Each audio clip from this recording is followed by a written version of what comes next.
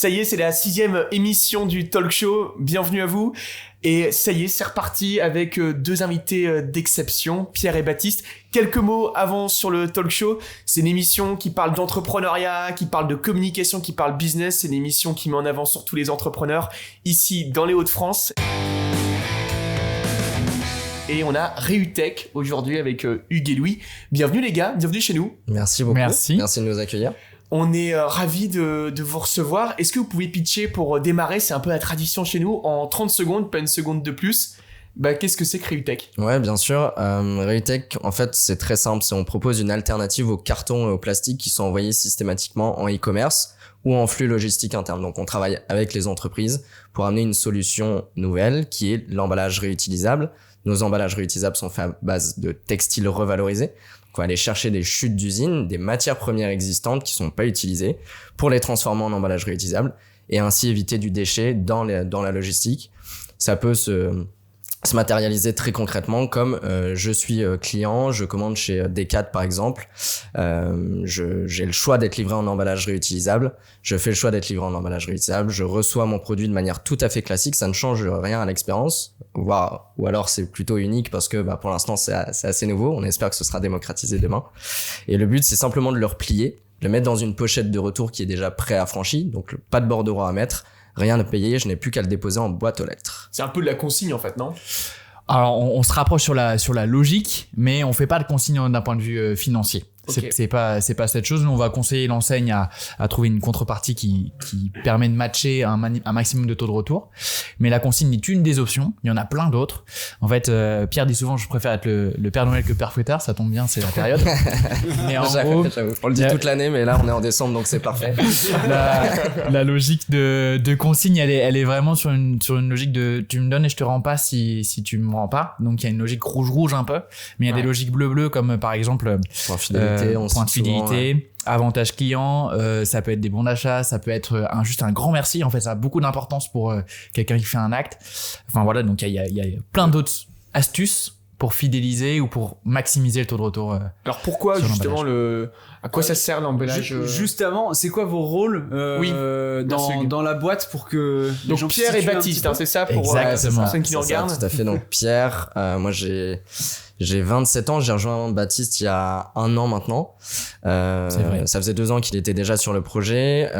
Donc Baptiste a passé du temps ingénieur ICAM sur la partie produit, mais aussi sur le fait de construire les fondamentaux, les fondements de Reutech. Ouais, un peu la dalle, quoi. Ouais, carrément. Et je suis arrivé du coup il y a 1 an, moi plus tôt, pour prendre en charge la casquette de CEO, donc de développement commercial, marketing et com, dont on parlera sans doute après un peu plus dans le détail. Mais voilà ma casquette à moi. Yes, du coup moi c'est Baptiste, je viens d'avoir 25 ans et c'est vrai que ça fait de 2 ans et demi bientôt maintenant que je suis à temps plein sur le projet. Pas une initiale, c'était de devoir envoyer un produit en emballage mais de pas créer du déchet. Donc comment est-ce qu'on réemploie cet emballage? Et puis petit à petit, contraintes matériaux, contraintes produits, je me suis rendu compte que les solutions usuelles elles se détruisent pour amortir un produit. Donc solution usuelle carton. Ouais. Merci. Il y a ingénieur commercial. meilleur exemple. Ouais, voilà. Solution usuelle. Il y en a plusieurs, mais notamment le carton effectivement. Et du coup, voilà, donc en fait, comment faire pour réemployer un emballage? Et le textile en fait est une bonne solution. Et comme il y a 4 millions de tonnes qui sont jetées chaque année, en fait, on a 4 millions de tonnes qui nous tendent les bras pour en faire d'autres choses. Et donc c'est comme ça que je suis parti sur le textile. Donc je me suis d'abord formé sur comment est-ce qu'on coud un emballage. Donc ça c'est un premier point. Et puis après comment est-ce qu'on trouve un business model qui tient la route. Un équilibre entre une logique de vente, une logique de service, un produit qui est lié autour d'un service, ou plutôt un service qui est lié autour d'un produit. Enfin, en fait, il y a vraiment tout cet équilibre que j'ai pu initier et tester. Et après, je me suis vite rendu compte qu'en fait, mes compétences clés perso, donc Indus, log, produit, n'étaient pas suffisantes, ne couvraient pas tout le spectre des besoins de Reutech. Et voilà, donc j'ai fait Partners and Connect et puis j'ai trouvé Pierre. Ça s'est passé comme ça, vous connaissiez pas? On se connaissait pas du tout, non. Pas du tout. D'ailleurs, la plupart des gens, quand on échange avec... principalement, on parle de choses usuelles ou non. C'est toute la discussion.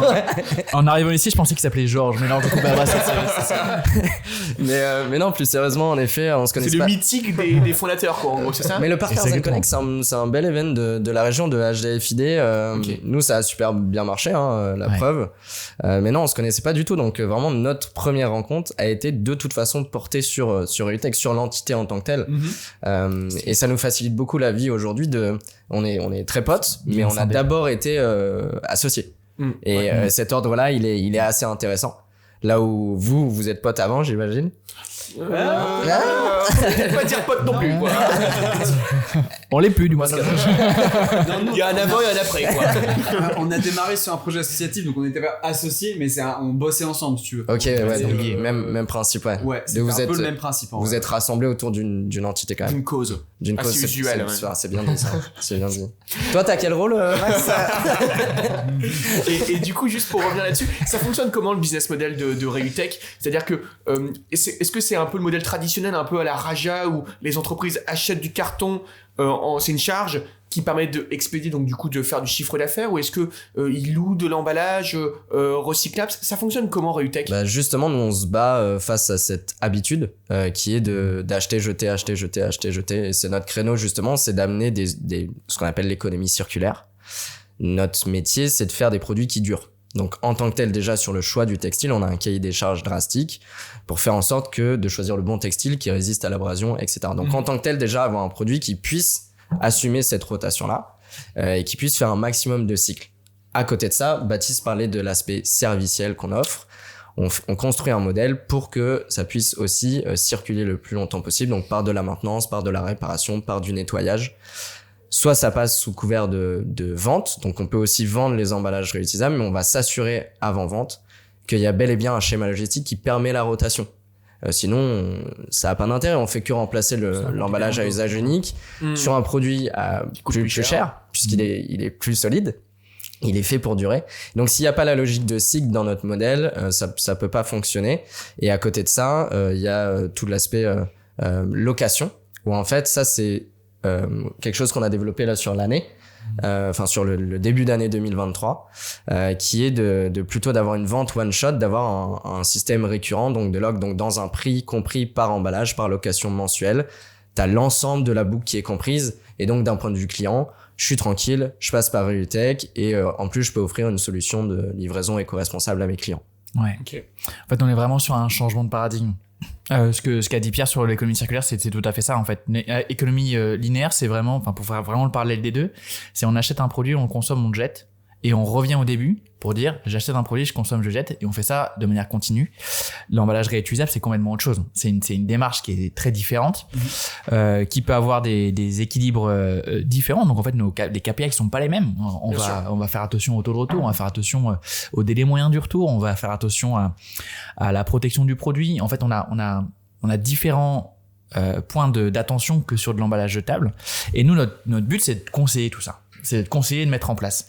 Quand on parlait de service autour d'un produit, on est littéralement là-dessus. Le produit, à la base, dans l'idéal de Reutech, on le produit une fois pour une boîte et on ne produit plus. Tout le reste, c'est du maintien et de la mise en circulation.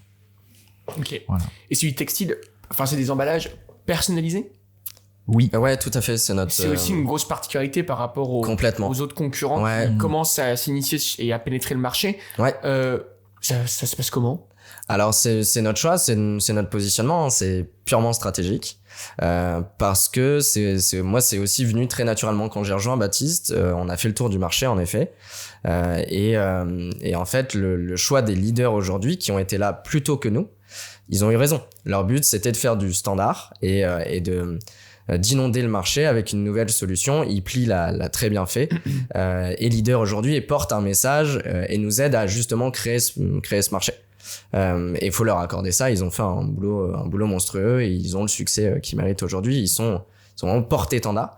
Mais nous, notre différence justement, c'est que quand je suis arrivé, je me suis dit c'est une hérésie d'envoyer des produits d'une marque qui paye un emballage réutilisable et d'envoyer du Ipli. Je me suis dit, nous, enfin, je sais pas, ça me paraissait logique de fonctionner en marque blanche. Un colis, il plie, il reçoit un colis de la marque. Bah, en fait, c'est ça, Decat ou Motoblues ou d'autres entreprises qui font beaucoup de e-commerce, et c'est une part très importante de leur chiffre d'affaires. La façon, pas le seul, mais un lien très fort qu'ils ont avec leurs consommateurs, c'est cet unpacking. C'est j'ai reçu mon colis, quelle est l'expérience que je vis chez moi en posant cet emballage sur la table du salon, quelle est l'expérience qu'on me fait vivre, quels sont les messages que j'ai, est-ce que c'est joli, est-ce que ça me plaît, etc. Et donc on pousse un peu ça pour aussi prendre une posture un peu différente et d'offrir aux marques une personnalisation qui est liée à leur image et qui puisse justement, nous on fait le pari aussi que ça va plus facilement embarquer l'utilisateur. Ça va renforcer le lien entre la marque et l'utilisateur, et donc potentiellement émotionnelle, en fait. faciliter le retour. Et un peu comme le fait très bien le fourgon. Alors, on parlait de consigne tout à l'heure. Le fourgon communique beaucoup sur son impact, sur les chiffres, et t'as ton compte personnel d'impact à toi. Nous, avec Reutech App aussi, on a une solution, une application qui permet de traquer les emballages via QR code. On pourra s'étaler un peu là-dessus après. Mais le but, c'est exactement ça. C'est de renforcer ce lien, de communiquer, d'être très transparent pour en fait rendre très sexy le fait de faire ça ensemble entre l'entreprise et l'utilisateur final. Exactement. J'ajoute une chose ou deux même. La première, c'est que effectivement, le premier pain, parce qu'en fait à la base j'ai voulu créer une marque de vêtements éco-responsables, et c'est là où j'ai eu besoin d'emballer, et c'est là où je me suis dit merde, je peux pas l'envoyer dans l'emballage jetable, je vais créer du déchet. Alors, et ça va venir. L'équilibre d'impact, produit versus livraison. Exactement. Tu t'y retrouvais pas. Et en fait, j'ai voulu créer ça au moment où Eatly devait avoir 2 mois peut-être. Et donc, j'avais analysé cette possibilité, et je m'étais dit, mince, ça va casser mon expérience client, parce que j'étais en pure player. Parce que je suis ingénieur, hein, donc mon site était pas très beau. Il avait le mérite d'exister, Baptiste. Mais bon, voilà, il y avait vraiment cette notion là, et en fait au moment où je devais l'envoyer, pas dans une agence de com ici, tout passait par l'emballage ou quasiment. Et en fait je me suis dit, si je commence à casser ça aussi, en fait je vais avoir du mal. Et donc c'est pour ça que je me suis penché sur cette solution là, et que l'aspect personnalisé, il est resté au début, après il s'est transformé un peu en sur-mesure. Maintenant, il revient toujours avec une logique un petit peu de sur-mesure ou d'adaptabilité, parce qu'en fait, le sur-mesure se précise. Plus on connaît notre métier, mieux on précise ce qu'on fait exactement. Donc ça c'est un premier point. Et c'est vrai que le pari de l'accroche émotionnelle de l'utilisateur, en fait, il y a une logique. Lorsqu'on reçoit un emballage réutilisable et qu'on doit le redéposer en boîte aux lettres, il y a une logique de don, même si c'est pas forcément conscientisé. Il y a une logique. Lorsqu'on reçoit, on fait une action pour faire plaisir à. Même si c'est pas forcément su, il y a cette logique-là. Et donc, c'est plus simple de faire plaisir à une marque qui nous a déjà fait plaisir que faire plaisir à une marque tierce qu'on connaît pas. D'accord. Type Reutech. Si on commande, je sais pas, imaginons, on fait du surf, on adore faire du surf. On commande une combinaison. On reçoit la combinaison, on est trop content, on va pouvoir faire la saison. Et bien, au moment où on va renvoyer l'emballage, on va l'envoyer à une autre marque qui, jusqu'ici, nous, en tant qu'utilisateurs, nous a servi à pas grand-chose, en fait. Je comprends. Vous voulez capitaliser, en fait, sur l'empathie qu'on peut avoir envers une marque. Exactement. Et on est d'accord que là, pour l'instant, aujourd'hui, c'est uniquement pour, on va dire, la livraison finale, c'est-à-dire au particulier, peut-être même au professionnel qui va acheter le produit. Demain, est-ce qu'il y a une volonté de aller plutôt sur la partie vraiment gros volume, sur lequel aujourd'hui on transporte par palette, par gros carton, etc. Est-ce qu'en fait Reutech c'est demain aussi cette possibilité de colisage, de conditionnement différent dans vraiment le logisticien pur et dur, quoi. Alors aujourd'hui on fait les deux. On parle souvent de la partie e-commerce parce que c'est celle qui touche tout le monde, mais je te l'ai dit, mais par un jargon un peu technique, mais on fait aussi de la logistique interne. J'ai tendance à faire, juste 2 créneaux. Le e-commerce, on en a déjà pas mal parlé, et aussi, il faut savoir que remplacer un plastique ou un carton, qui fait des allers-retours entre une centrale logistique et des magasins pour du réassort. Donc typiquement, prenons l'exemple d'une entreprise textile. Elle a ses produits, elle les gère dans sa centrale, elle les livre à un moment donné au magasin pour le réassort.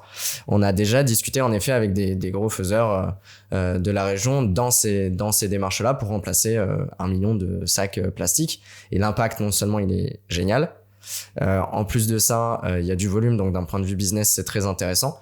Et en plus de ça, on n'a pas les mêmes complexités de taux de retour. Puisque c'est interne. Donc il y a une vraie logique de. Ça revient. C'est un Pour flux le coup, contrôlé, on est sur un remplacement. Alors on n'aime pas ça, remplacement du carton dans d'autres circonstances, mais là pour le coup, les sacs plastiques, c'est assez évident que en fait on peut permettre le fait de transformer non pas le fait d'avoir un déchet qu'on jette systématiquement, mais un actif considéré comme un produit interne à l'entreprise. Transforme un consommable en outil. En fait. Ouais, exactement. Donc oui, on adresse les deux. Là où Ipli se spécialise un peu plus sur l'e-commerce, nous notre stratégie c'est que comme le marché est en construction, on décide d'adresser les deux parce qu'on est en capacité d'adresser les deux. En fait, on a un credo, c'est on va à la chasse aux consommables. Tout ce qui est en usage unique. C'est il y a des solutions. C'est vraiment ça. Il y a des solutions qui sont aussi en cours de route sur. Tu parlais de palettes de plus gros volume. Nous aujourd'hui, on n'est pas encore dessus parce qu'il y a l'emballage primaire, secondaire et tertiaire. Le primaire, c'est l'enveloppe autour d'un fromage, je sais pas. Ouais, la boîte de conserve. Mais ouais, la boîte de conserve, exactement. L'emballage secondaire, c'est l'emballage de transport, donc ça, c'est notre métier. Le carton. Et le tertiaire, c'est la palette justement. Et il y a d'autres. Et le cellophane qui entoure les cartons. Ouais, exactement. Et il y a d'autres solutions qui sont en cours de route qu'on a rencontrées. Il faut faire des camions réutilisables. Alors ça existe déjà. Désolé. C'est vrai que. Désolé de te l'apprendre, mais jusqu'ici les camions sont réutilisés. J'ai plus des Excusez-le, il est passé. Non mais c'est pas grave, je comprends le vélo. Mais non, voilà notre façon de travailler aujourd'hui et on discute avec des petits, des moyens, des gros. Et c'est le défi qui nous attend là. La prochaine étape, c'est ce gros développement commercial, enchaîner les clients, avoir un maximum de cas d'usage qui nous permettent d'améliorer notre métier, quoi. Et en très très peu de temps, en quelques secondes, tu m'as tendu la perche et je pense que c'est une question qu'on peut légitimement se poser. Ça se passe comment quand le particulier on ne renvoie pas l'emballage? Ça se passe comment alors que c'est de l'emballage réutilisable? Ouais, bien sûr. Potentiellement, je sais pas, quelqu'un trouve que l'emballage il est bien pour transporter, je sais pas, un Tupperware pour aller aller déjeuner. Ouais, c'est le risque, non? Ouais, bien sûr. C'est carrément un risque pour l'entreprise. Parce qu'en fait c'est l'entreprise qui supporte le risque parce que vous mouillez pas trop quoi. Si on peut justement par le modèle en fait on peut partager le risque. Mais c'est ça. On est vraiment en co-construction sur cette logique là. Quand on parle d'une logique d'abonnement, donc un accès au modèle circulaire de Reutech, à la logique de réassort, etc. Il y a une logique qui s'appelle la compensation des pertes. Donc c'est-à-dire qu'on va intégrer le fait qu'il y ait effectivement des personnes qui vont soit garder l'emballage, soit le garder pour un laps de temps trop long. Le taux en fait, c'est un peu tôt pour le dire, on se base sur les taux du marché. Pas mal. Non, mais pas mal. Je n'y ai pas pensé, merci messieurs. Sans mauvais jeu de mots, le taux. Mais non, en effet, c'est un peu tôt parce que nous, là, ça fait un mois qu'on a nos premiers emballages réutilisables qui circulent en e-commerce. Ce que je disais, c'est faire un maximum de clients, récolter un maximum de data, piloter et apprendre. Donc pour l'instant, c'est un peu tôt pour nous de se baser là-dessus. En revanche, on se base sur une étude qui a été faite avec Selvitis Sondage d'ailleurs, une boîte du Nord, qui fait des sondages et en fait on a étudié auprès de 1700 personnes représentatives de la population française sur leur propension à renvoyer un emballage réutilisable.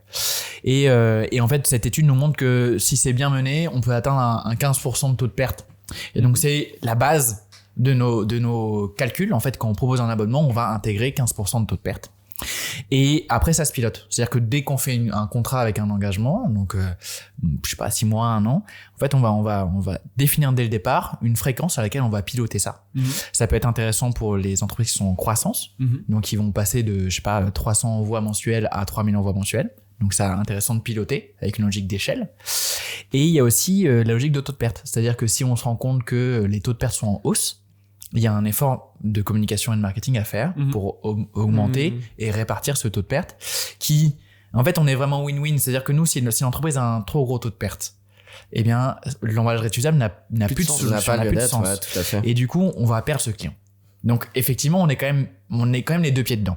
Mais pour elle aussi, si elle a un meilleur taux de réutilisation, donc un plus faible taux de perte, elle va optimiser son business case. En fait, elle va moins dépenser sur la logique de réemploi. Donc c'est vraiment main dans la main, co-construction, jusqu'au bout. Et juste avant qu'on passe à la séquence suivante, les entreprises, elles sont prêtes aujourd'hui à passer à l'emballage en juste un oui ou un non? Est-ce qu'elles sont vraiment prêtes et que c'est pas juste de la com? Est-ce que on y est, quoi? Oui. Oui. En fait, moi, je dirais oui. Heureusement, parce que dans un sens, si le dimanche, on arrête. Merci beaucoup. Merde, oui. Je dirais que le délai de passage, en fait, le temps de concrétisation dans une entreprise, en fait, le oui est initial. Sinon, on n'aurait pas de clients aujourd'hui. En plus, vous devez avoir des arguments économiques, écologiques. En fait, c'est là où ça se situe aussi. Complètement. C'est que à partir c'est un changement de consommation. À partir du moment où vous avez un argument économique pour ces entreprises-là, parce que le réutilisable, de base, normalement, est censé quand même coûter moins cher. À l'usage. Ouais, tout à fait. Sur le long terme. Ouais, tout à fait. Là, normalement, la réponse est forcément oui, quoi. Ouais, tout à fait. Bah, combien d'expé par rapport à un carton versus au regard du coût de revient? Ça dépend vraiment si on est sur du flux externe ou flux interne. Ok, en flux externe? En flux externe. Donc, quand on livre directement à un client final, j'explique pour la. Ouais, on peut être. Il n'y a pas quelqu'un qui est derrière. On va être environ, on va dire. Derrière leurs écrans, quoi. Mais, par ça. On va dire environ ça dépend des cas, mais on doit être à 2 € par trajet, en fait. Donc, sur un emballage qui est plus performant, qui protège mieux, qui est 100% personnalisé, qui est fait à partir de textiles revalorisés. Ok. Voilà. Très clair. Qui garantit son cycle. Alors, messieurs, nous, on aime bien un petit peu vous challenger les personnes qui passent par le talk show. Ouais, et on a ce qu'on appelle on va venir, Maxence. On appelle ça la concu avec un cul. Ouais. Où en gros, en fait, on vous a mis une petite feuille A4 utilisable aussi. De l'autre côté, du coup. Et concrètement... Ça réfléchit la bagarre. Pas mal. En fait, tu as au total 1, 2, 3, t'as 5 marques qui sont, on va dire, des acteurs du marché de l'emballage plus ou moins personnalisé et réutilisable. Ouais. Et l'idée, en fait, c'est que vous allez pouvoir nous choisir parmi ces 5 marques, 5 entreprises, une marque avec laquelle vous aimeriez bien collaborer, une marque que vous avez envie d'enterrer, clairement, et une marque que vous avez envie... Il y a du sourire quand même. Vous avez envie d'égaler.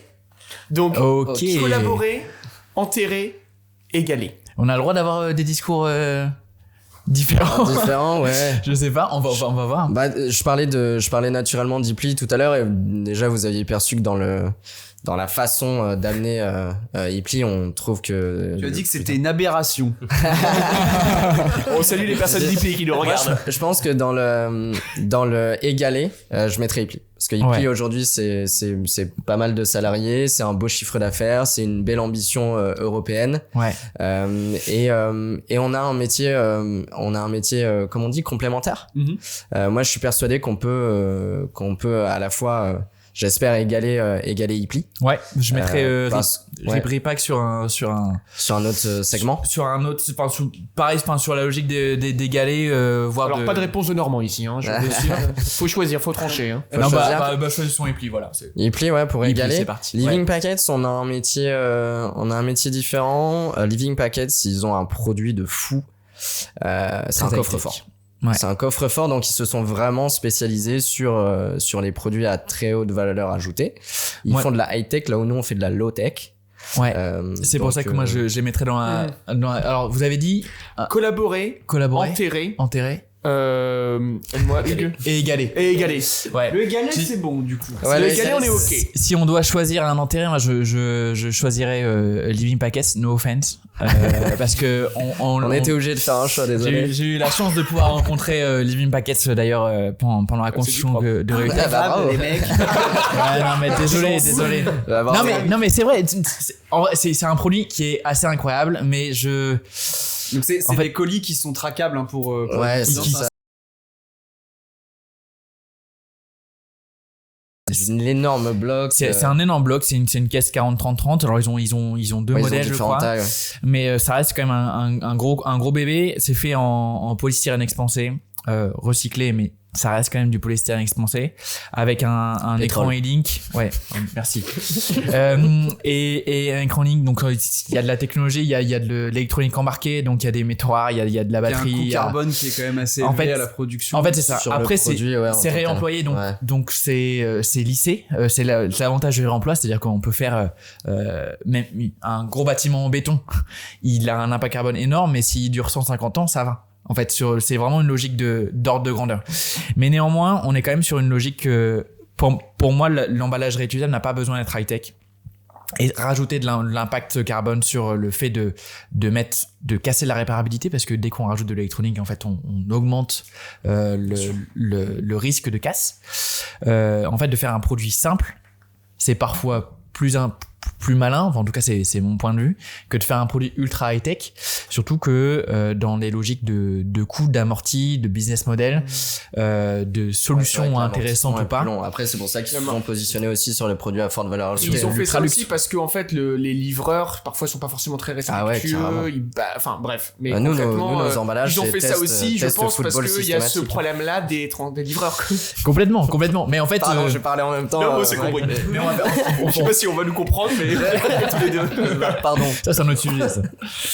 mais carrément. En fait, leur positionnement, il est clair et il est donné, hein. C'est pour protéger des produits à très forte valeur ajoutée. On parle de montres de luxe, on parle de sacs à main de luxe, on parle de produits du vin à 300 balles. Enfin, il y a vraiment des produits très spécifiques, qui rentabilisent d'ailleurs la logique d'emballage réutilisable ultra high-tech.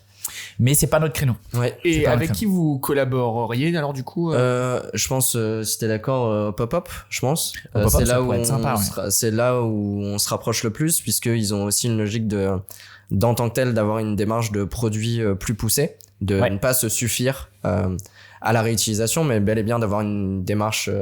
Ils font de l'upcycling général, aussi, hein. Ils font de la revalorisation de déchets. Ils font de l'upcycling, mais Pop-Up a fait la première question que t'as posée, c'est la consigne. Pop-Up et fait 100% de consigne. Ok. Donc dessus. Ouais. Donc non, hâte de rééchanger. Enfin, au Pop-Up, on n'a pas encore échangé ensemble, mais c'est ce qu'on souhaite dire aussi dans le fait d'avoir enterré Living Packet, c'est qu'au global, c'est que des acteurs. Ils enfoncent le coup. C'est que des acteurs du réutilisable. C'est un marché qui est en tant que tel bénéfique pour la planète, pour ce qu'on fait, etc. Donc évidemment le but c'est d'enterrer personne, même s'il fallait faire un choix, mais on va tous dans le même sens. Donc on est dans cette démarche là aussi où on souhaite collaborer un maximum, porter nos sujets à l'Europe, sur l'aspect gouvernemental aussi. Il y a déjà la loi AGEC qui existe, qui prévoit 10% de réutilisables dans les entreprises d'ici 2027. Tu parlais de timing tout à l'heure. Nous, on est pile poil, c'est chouette parce qu'on aura le temps de faire nos armes avec des petits, des moyens, pour bien adresser les gros enjeux, parce que faudra quand même avoir une machine qui tourne pour pouvoir adresser des gros retailers du Nord, par exemple. Pour vous donner un ordre de grandeur, on envoie 4 millions de colis en France par jour. 4 millions. Ouais, voilà. Donc si à nous 5, on en envoie plus de 20 000 par jour, alors ce sera vachement bien pour le réemploi, mais en fait en termes de proportion, c'est que dalle, quoi. 20 000 sur 4 millions. Et donc, du coup, on a vraiment besoin de travailler ensemble, de faire de la logique de collectif. Et en fait, on a tous des options qui sont un peu différentes. Donc, un client qui va regarder cette feuille, si on rajoute Reutech dessus, évidemment, si un client va regarder cette feuille, il va avoir le choix et nos spécificités sont pas les mêmes. Donc, en fait, en fonction de son cas, il va avoir un panel de choix qui va permettre de correspondre au mieux à ses besoins. Ouais, tout à fait. Et donc, c'est là où on gagne. Créer le marché. Clairement. Tu vois, que chacun ait sa spécialité et en effet, vive la concurrence, ça prouve qu'il y a un besoin, il y a un marché. Et nous, on le voit de manière très positive. Si on était solo, on ferait un gauche-droite, on ferait, il y a peut-être un petit problème quelque part là. donc de façon très simple, plutôt bon signe d'avoir plein d'actions dans ce sens-là. Une question pratico-pratique avant juste qu'on passe à la séquence suivante. Ouais. Est-ce que demain vous ambitionnez par exemple que même les facteurs ils puissent directement récupérer dans les boîtes aux lettres Clairement, ça existe déjà. Alors ça existe déjà. On peut la solution, je crois, existe. Ouais, la solution existe. Elle est pas à des coûts abordables pour des solutions de l'emploi, mais je suis convaincu que ça va changer. Parce que c'est comme ça quand même qu'on va faciliter le retour. Ouais, moi, tout à fait. J'irai jusqu'à encore un peu plus loin. Sur toutes les viens chercher sur la table. Non mais on a poussé à son paroxysme. On a un service qui passe devant chez nous toutes les semaines, voire parfois tous les 3 jours, qui s'appelle la collecte des déchets. Et ce serait super intéressant que dans les centres de tri, il y ait des solutions qui permettent de séparer les solutions réutilisables des solutions jetables. Donc des poubelles dédiées. Alors soit des récoltes, des points de décollecte. Sinon simplement mettre dans un bac de tri et que dans le bac de tri qui est censé être propre, parce que normalement on ne met pas des produits contaminés dans. Alors ça c'est la théorie. Ça c'est la théorie. Non, on s'entend, mais de toute façon on n'est pas du tout prêt à avoir de quoi attirer des collectivités sur la collecte de déchets. Mais n'empêche que. Et pour le retrier ça pourrait être intéressant. en prestataire, ce serait un bazar, quoi. En fait, c'est déjà le cas avec la Poste, hein. Donc c'est pas vraiment un bazar. C'est-à-dire qu'aujourd'hui, si tu l'identifies, ouais. Aujourd'hui, quand on dépose le modèle. Des lettres dans des boîtes aux lettres, tout le particulier, donc c'est-à-dire qu'il y a peut-être 66 millions de Français qui peuvent déposer une lettre dans une boîte aux lettres. C'est 66 millions d'adresses différentes. Et le lendemain ou dans les 48 heures, chacun est livré. Donc en fait, le fait de savoir trier n'est pas un problème tant qu'on sait l'identifier. Il y a, je rebondis là-dessus aussi, les casiers. Les casiers, on voit de plus en plus de casiers, il y a de plus en plus d'acteurs. J'ai même vu passer des solutions de casiers automatiques, c'est-à-dire qui vient chercher à l'intérieur des casiers intérieurs, un bras robotisé qui vient chercher tes choses, enfin tes produits, etc. Nous, les casiers, c'est très intéressant. On pourrait avoir une logique en effet d'aller-retour des produits en tant que tels et d'aller-retour des emballages réutilisables au sein d'un même. Les casiers Amazon Locker, Amazon, je pense que ils sont pas du tout prêts à faire utilisables. Il y a Commode sur la région aussi qui est en train de pas mal grossir. Nous, on discute avec eux aussi pour essayer de faciliter au maximum le retour des emballages. C'est marrant, c'est des discussions un peu annexes, hein, c'est pas du client pur et dur. Et en même temps, c'est comment, comme toujours, faciliter la vie de l'utilisateur, influencer le marché et faire en sorte que demain, ce soit une évidence, ce soit facile, ce soit pas une tare. Bon, vous le savez, vous êtes ici à la Quincaillerie, agence de com. C'est normal qu'on vous pose aussi des questions com. Avec plaisir. Peut-être la première, si tu lances, oui, on va pas vous forcer, mais Hugues, la première question peut-être. Tu m'as pris de court. Question naming. Ah oui. Pourquoi Reutech, tout simplement. Déjà. Mise en jambe. Celle-là, elle est super. Alors c'est un nom choisi par un ingénieur que je connais très bien mais que je ne dénoncerai pas. Et ChatGPT. En fait, la logique vient de technique de réutilisation. Ouais. C'est très RG ça. Hein. Ouais, mais sauf que Tech Réu ça marchait pas. Possible. Donc on a appelé ça Reutech. Mais effectivement, c'est très basé, mais il y a pas de H parce que c'est pas de la technologie, c'est de la technique. Même s'il y a un H dans les deux, mais c'est pas évident. Mais, voilà, mais concrètement, rien de bien compliqué. On voulait que ça parle. Moi, quand je suis arrivé, je me suis dit que c'était très bien. Ouais, juste le logo où j'ai un peu tiqué, mais après on a travaillé. Vous êtes dans une agence de branding aussi. Ouais, j'avais fait un logo à la mano. Oh là là là, j'ai pas encore vu. Alors, il était bien. Une autre question est que vous disiez que ça faisait seulement 1 mois ou 2 que vos produits étaient vraiment en circulation. Sur le flux externe, ouais. Sur le flux externe, sur le flux interne, ça fait un peu plus longtemps. Ça fait quasiment 1 an et demi, ouais. Ah oui. Ok, quasiment 1 an et demi. Ok, c'est cool. Vous avez combien de clients au total aujourd'hui? Là, on en a 7. Clients entreprises, hein, j'entends. Ouais, tout à fait. On en a 7. Et ce qui est génial, c'est de voir là la première circulation qui se met en route. Donc les premiers réglages de comment tu amènes l'option sur le site. Enfin, il y a encore plein de boulot, mais c'est génial de travailler avec le client cette fois-ci. Sur la logique de e-commerce, c'est super intéressant. On peut citer notamment NG Big Green qui est en train de mettre en place sa solution. Donc trop content d'avoir les premiers retours, de traquer les premiers KPIs, etc. Donc c'est chouette. En fait, là aujourd'hui, on choisit son transporteur et en fait là, ça sera c'est une case à cocher en plus si je le veux en. Ouais, c'est exactement l'idée. Il y a un prix, du coup, parfois il y a un prix, parfois il y en a pas en gros. C'est exactement ça. C'est notre but, c'est de se poser. C'est évidemment de pas faire une usine à gaz à marge pour l'entreprise.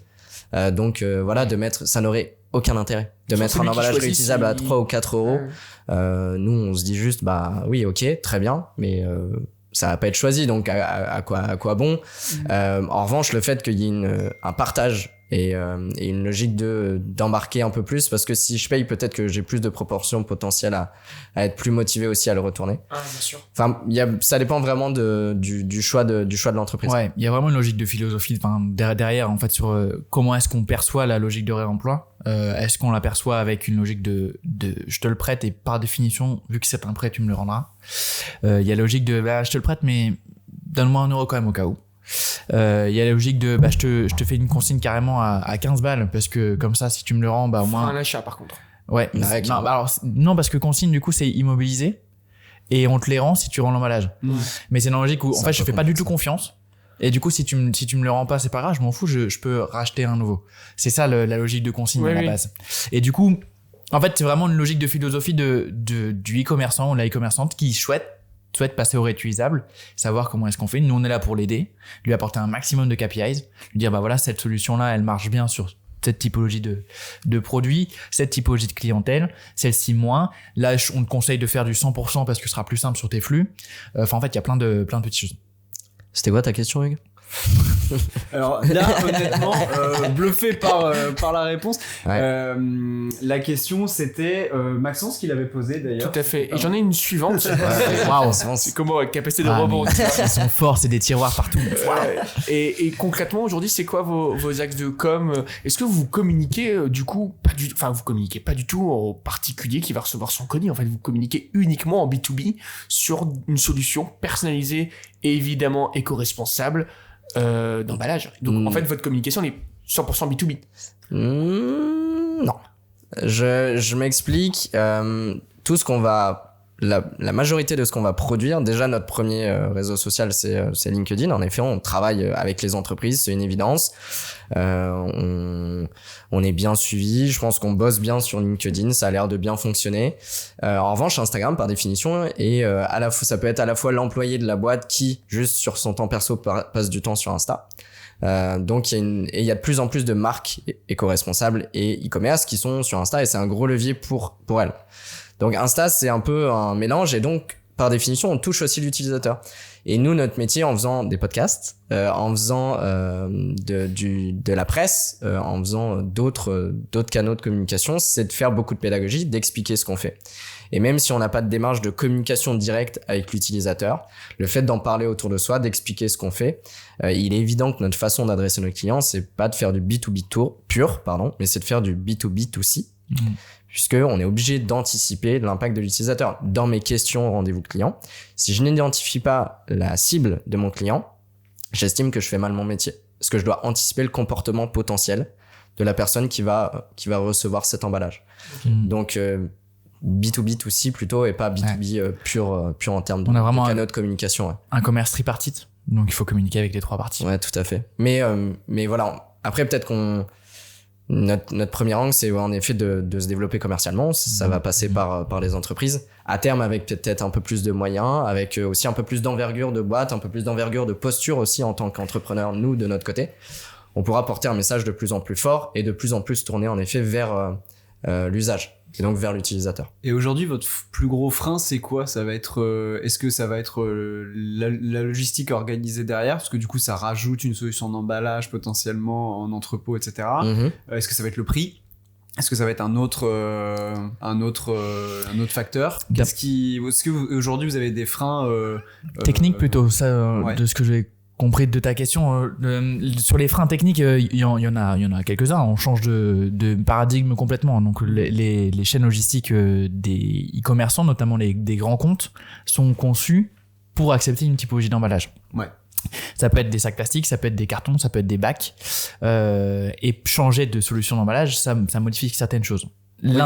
Pour ajouter, c'est des chaînes, surtout sur les gros faiseurs, automatisées. Ouais, 100% mécanisées, automatisées. On n'amène pas un produit comme ça, on dit ça va super bien se passer. Il faut quand même beaucoup de temps, beaucoup de mise en place, réfléchir en co-construction, on revient aussi sur les mêmes mots-clés. Ouais, on peut pas dire tiens, aujourd'hui vous utilisez de la colle pour mettre les capuches de vos cartons, maintenant vous utilisez des zips, les machines qu'ils ont achetées peut-être 35 000 € pièce pour pacter les cartons qui sont rentabilisés sur 3 ans, ils vont pas dire allez à la poubelle quoi, c'est pas possible. Donc du coup ça c'est un verrou mais sur lequel on travaille. Aujourd'hui là où on a quasiment aucun verrou techno, du moins, c'est tout ce qui est packing manuel. Donc tout ce qui est dans 80-20 des expéditions. Sur des petits commerçants plutôt, soit de petits commerçants. Même moyen, t'as des e-commerçants qui font, je sais pas, 10 000, 100 000 envois, qui ont pas encore automatisé leur log. Une chaîne d'automatisation, ça peut coûter jusqu'à 1 million d'euros quand même. Donc et nous, c'est des sujets, faut avoir du flux, quoi. Mais c'est des sujets qu'on doit absolument anticiper. Donc en fait, dans notre R&D, il y a tout un pan qui est dédié à comment essayer de faire un produit qui puisse s'intégrer le mieux possible, voire même travailler avec des fabricants de machines. Ouais. On peut discuter avec de la robotique aussi, pour dire demain, si vous êtes la solution proposée aux e-commerçants et à sa logistique, j'aimerais faire en sorte que mon produit puisse s'adapter au mieux à cette chaîne.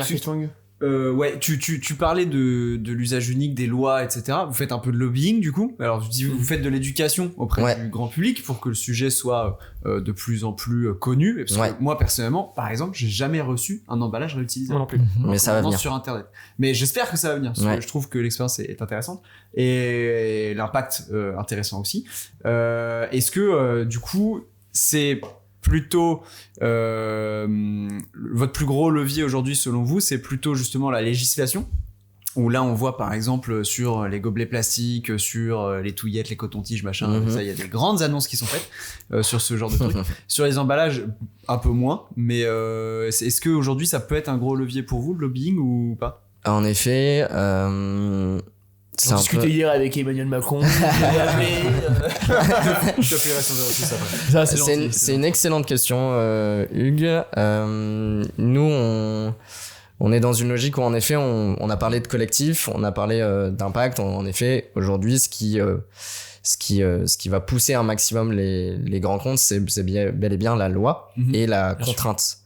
Nous, notre but, c'est d'arriver avec un discours un peu différent, c'est de se servir de cette contrainte pour leur dire, bon, au final, c'est pas plus mal, vous allez y gagner parce que peut-être que votre panier moyen, il va grandir, parce que vous répondrez plus aux attentes des utilisateurs. Il y a pas que la loi, il y a aussi moi, j'aime bien la notion de changement de comportement en société. Je trouve c'est un très bon exemple pour ce qu'on fait. Le but, c'est, ça évolue, je sais pas, au même titre que l'IA, qui va bouger beaucoup de choses. On est sur un modèle très différent. Clairement. Mais le but, c'est ça, c'est d'amener une façon de consommer différente et que demain, ce soit plus un choix, mais une norme. Voilà, non, en fait, moi, j'aime bien dire en général que l'emballage réutilisable n'est pas un remplaçant, c'est un vecteur d'innovation. On est vraiment sur... c'est un outil qui nous permet d'apporter énormément de choses dans une chaîne logistique. Je sais pas si vous connaissez le triangle de l'inaction. Parce que ça m'a fait penser à ça, la question. Le triangle de l'inaction, c'est de dire... Alors, je me sens particulièrement visé. Ouais. Non, mais après... Je connais pas le triangle. Non, mais parce que... Je connais pas le triangle de l'inaction. C'est On t'expliquera avec Louis. Ils sont trois et ils ne font rien. T'es pas obligé de lui mettre des balles. Je suis désolé. Les trois communicants qui font rien. Non, parce que moi j'ai compris, il faut en égaler un, en enterrer un. Je rigole. Mais du coup, ouais, sur la logique... On va collaborer ensemble. Sur la logique de triangle de l'inaction qui est assez intéressante d'un point de vue mindset écologique, mais c'est vraiment juste juste sur ce prisme-là, mais je pense qu'il s'applique aussi à d'autres. C'est dire, en fait, en général, on a les politiques, les entreprises et les particuliers qui consomment, donc les consommateurs, et chacun attend que celui d'après fasse l'effort pour pouvoir changer. Et quand on parle de lobbyisme, ça veut dire qu'en gros, on part du principe que c'est surtout les lois qui sont un vecteur de changement. Alors c'est évident, mais je rejoins complètement Pierre sur le fait que les particuliers l'en sont aussi, parce que des nouveaux modes de consommation, c'est bien, ça change, ça fait évoluer les choses. Il y a des marchés comme El-Market Eco-Friendly, par exemple, qui s'est basé uniquement sur ça, sur le fait, il s'est dit, mince, les gens cherchent des produits éco-responsables, il y a 3 petits trucs dans les hypermarchés, on va faire carrément un espace, à la base un concept store qui est devenu carrément une chaîne de distribution sur des produits éco-responsables. C'est la même logique. Et bien sûr, les entreprises, leur montrer que c'est bénéfique pour eux sur d'autres aspects, marketing, communication, efficience, performance RSE, facilité de traçabilité. En fait, tout ça, c'est des points qui vont les convaincre. Donc en fait, notre but, c'est effectivement faire un peu de lobbyisme, parce qu'il y a l'aspect légal qui est très important, mais il faut pas oublier les 2 autres, parce que si les 3 bougent ensemble, le triangle de l'inaction disparaît naturellement. Ok, beau concept. On passe à la dernière séquence, une des dernières séquences. L'idée, c'est de vous poser un peu des questions culottées avec un Q, encore une fois. Ok. Concrètement, le carton réutilisable, c'est pas si mal, non? Le carton réutilisable? Bah ouais, recyclable, ça marche bien, non? Alors, recyclable, c'est très différent de réutilisable. Oui. Mais aujourd'hui, on recycle tout le ouais. Ouais, les petits, vous savez, les petits triangles. Là. Ouais, tout à fait. Mais moi, bien, non? j'insiste. Je te laisse y aller. Ok, non, 30 secondes par réponse, les amis. 30 secondes, ok.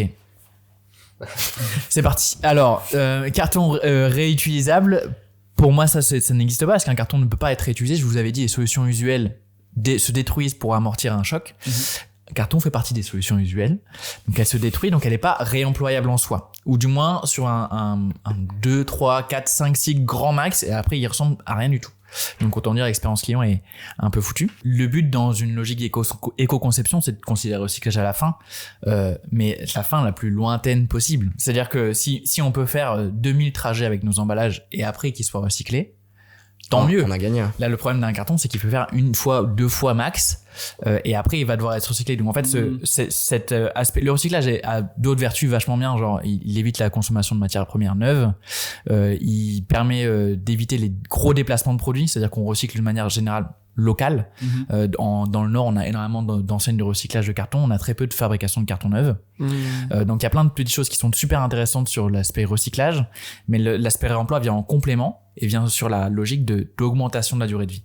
C'est vraiment, faut pas les dissocier, mais faut bien comprendre que le recyclage est une destruction, le réemploi est une réutilisation. Je pense à mes copains qui ont des cartonneries. Pas une blague, en plus j'en ai. Donc je pense à eux. Mais on discute avec eux parce qu'on veut pas tuer l'usage unique. On veut amener une alternative. Et on sait que pour pas mal de typologies, de schémas, etc., il y aura toujours de toute façon de l'emballage à usage unique. Nous, notre but, c'est d'amener une solution complémentaire. Donc, on n'a aucun mal à discuter avec les cartonniers. On peut boire un verre avec tes potes, ça pose pas de problème. Mais en soi, parce que du coup, tu parlais d'amortissement. Si à produire un carton neuf, au final, consomme moins que à le recycler, est-ce que le coût carbone de renvoi, par exemple, du réutilisable, serait pas offseté par la production en masse de carton C'est en fait au final à usage unique. En gros, est-ce que les trajets, parce qu'il y a des trajets à vide, complètement, il y a des trajets à vide à chaque fois. Est-ce que ça compense bien ou... On veut des chiffres, hein. C'est ce qu'on allait te donner. Mais c'est super intéressant. Il y a une étude notamment que la personne que nous souhaitons égaler, la personne morale que nous souhaitons égaler, qui s'appelle Ipli, a fait sur 83% d'émissions en moins quand on passe au réemploi. En fait, ça s'explique quand on regarde les cycles de vie justement. Un emballage réutilisable, il va faire 2 trajets à vide en général. Il va faire le premier trajet jusqu'au centre de tri et nettoyage, deuxième trajet jusqu'à l'enseigne qui va le réemployer. Il peut y en avoir un petit peu plus sur le circuit logistique de la Poste notamment. Mais bon, voilà. Un carton, une fois qu'il est jeté, il va faire aussi 2 trajets. Il va faire un premier trajet jusqu'au centre de tri et un deuxième trajet jusqu'à l'usine de recyclage. Et en fait, on n'est pas on remplace pas des trajets. On va les déplacer. En fait, on fait pas les mêmes trajets, mais on a quand même du trajet dans les 2 cas. Un emballage réutilisable, il va faire un trajet à vide effectivement, mais tous nos emballages sont repliés pour pouvoir passer en boîte aux lettres. Donc, on a une occupation qui est limitée et on est sur des masses qu'on va essayer, donc les poids, on va essayer de les réduire à un maximum pour pouvoir avoir l'impact le plus faible, et ça c'est du pilotage. Ça. On le prend en compte, on fait au mieux, mais en effet, mais en fait les chiffres sont là, on a quand même 83% d'impact carbone en moins qu'une solution neuve du coup pour balancer les chiffres. Merci. Et pour clôturer cette séquence sur ces questions culottées, alors il y a aucun parti pris avec un gros cul. Il y a aucun parti pris ici. On développe des sites, notamment des sites e-commerce. Mais est-ce que vous pensez vraiment en fait que vous parlez beaucoup d'éco-responsable, d'écologie, etc., que le e-commerce c'est vraiment la solution écologique? C'est très marrant parce que c'est une question qu'un très bon pote qui est très engagé. Il travaille dans une cartonnerie aussi ou pas? Non, alors, très engagé. Il fait partie, je sais pas si vous avez entendu parler du mouvement des déserteurs chez les ingénieurs. Ouais. Il fait partie des déserteurs. Qui vont plus chez les grands groupes pollueurs. Qui a même complètement arrêté d'avoir un lien avec une activité de production. Il fait de la réparation de charpente dans les montagnes, en van. Donc, il a complètement changé de style de vie. Il habitait dans le Vieux-Lille. Enfin bref, c'est... Mais une personne très inspirante et qui m'a posé on pense à lui effectivement qui m'a posé des questions, Antoine de son petit nom d'ailleurs, qui m'a posé des questions sur ça justement. Il m'a dit mais Baptiste, le e-commerce reste une plaie. Et en fait je lui ai dit mais pour moi le e-commerce de consommation, effectivement ça pose un peu une problématique, sauf qu'il y a plein de choses qu'on envoie en e-commerce. Il y a plein de choses qu'on envoie en e-commerce. Ça peut être les recharges, je sais pas si vous connaissez le petit lave-vaisselle Bob. Ouais. Le contenant de lessive est réemployable et on l'envoie par voie postale, donc en e-commerce. Des couches lavables pour les bébés, ça s'envoie en e-commerce. Des logiques de réemploi, ça s'envoie en e-commerce. Les cagettes le fourgon, ça s'envoie dans une logique de e-commerce, c'est-à-dire qu'il y a un déplacement entre une centrale et un particulier. Et en fait, dans ces logiques de déplacement, ça permet d'intégrer énormément d'autres systèmes que des systèmes d'économie linéaire. On peut faire de l'économie circulaire, justement parce que les transporteurs, donc toute cette flopée de transporteurs, nous permettent de boucler la boucle et d'éviter l'économie circulaire de proximité. Si je prends un exemple très vieux qui sont les livraisons de lait. Les livraisons de lait, ça se faisait éventuellement dans le village, voire le village voisin, mais c'est tout quoi. parce que on n'avait pas de solution pour transporter de manière fiable sur un trajet plus long. Aujourd'hui, on a la chance de pouvoir faire des solutions de réemploi, comme par exemple, je reprends l'exemple de Bob parce que je trouve ça assez intéressant. Sur les petites barquettes de réemploi de lessive, et ben on peut les envoyer partout en France, voire même partout en Europe, je crois, sur le fait de juste ne pas consommer ce contenant qui est en plastique de manière systématique. Donc en fait, on le renvoie et c'est réemployable 200 ou 300 fois. Ok, super. On passe à la dernière séquence et elle va être très rapide parce que c'est la conclusion. Encore une fois avec un gros cul. Ok, il y a pas et on de a cul réfléchi dans là-dedans. conclusion. Je suis désolé. Sur du podcast, on dit c'est quoi, ils sont fumés, tu vois. Donc, conclusion QON. QLU. Savoir le lire. Pas facile, hein. Si ouais, là c'est Bien, un j'ai- réflexe. Ouais, désolé.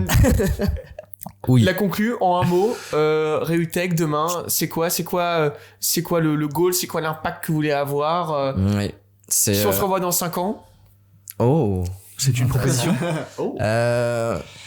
Échelle européenne.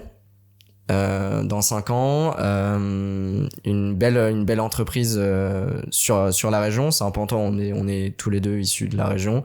Important pour nous de créer la boîte et de la faire grandir ici, de créer de l'emploi. À terme, peut-être d'avoir une chaîne de production interne chez nous. Et en termes d'impact pur, En termes on peut d'impact pur, en viser fait, pas mal, hein. on souhaite avoir 400 000 emballages réutilisables en circulation d'ici 2027. Donc ça, c'est notre objectif. 400 000 emballages qui, par trajet, évitent 300 grammes de déchets. Ça, c'est notre objectif d'impact. En termes de position, effectivement, on va être leader européen de l'emballage réutilisable personnalisé et adaptable, parce qu'en fait, ça fait partie de nos travers. On sait pas encore exactement sur quelle typologie de marché. C'est ce qu'on disait, marché naissant. Donc on après, verra. les choses Mais évolueront. effectivement, être présent dans différents pays européens, du coup, avoir une logique de cassation de frontières et potentiellement demain avoir d'autres valeurs ajoutées comme les transports ou les avantages du passage au réutilisable sur d'autres logiques, la logique de flux. On pourrait faire de la logistique demain aussi en propre, hein, Il y a beaucoup en de choses. interne. Il y a des logiques de développement qui sont infinies là. Ok. On a 6 clients. Hein, non mais c'est quelque part. mais toujours difficile de se projeter. C'est tout le jeu de la spéculation, start-up, etc. Mais en tout cas, nous on n'a pas peur d'y aller. Ok. On a envie de tendre vers ça. Les gars, c'était vraiment un club de vous avoir C'était avec très nous. sympa, On merci s'est beaucoup. bien Ouais, marré. merci beaucoup, Et, c'était chouette. franchement, bravo. Et vous reflétez en quoi l'association aussi, parce que vous avez 2 profils ultra complémentaires et on se retrouve aussi avec Hugues et C'est Louis vrai. là-dessus. En tout cas, franchement, bravo et on souhaite tout le Merci succès beaucoup. pour Reutech et encore une fois, bravo et c'est vraiment chouette. Merci beaucoup. Eh ben, C'était merci très beaucoup chouette. pour ce temps. plaisir. C'est très Très chouette. sympa. Merci les gars. À très vite pour la 7e émission du Talk Show.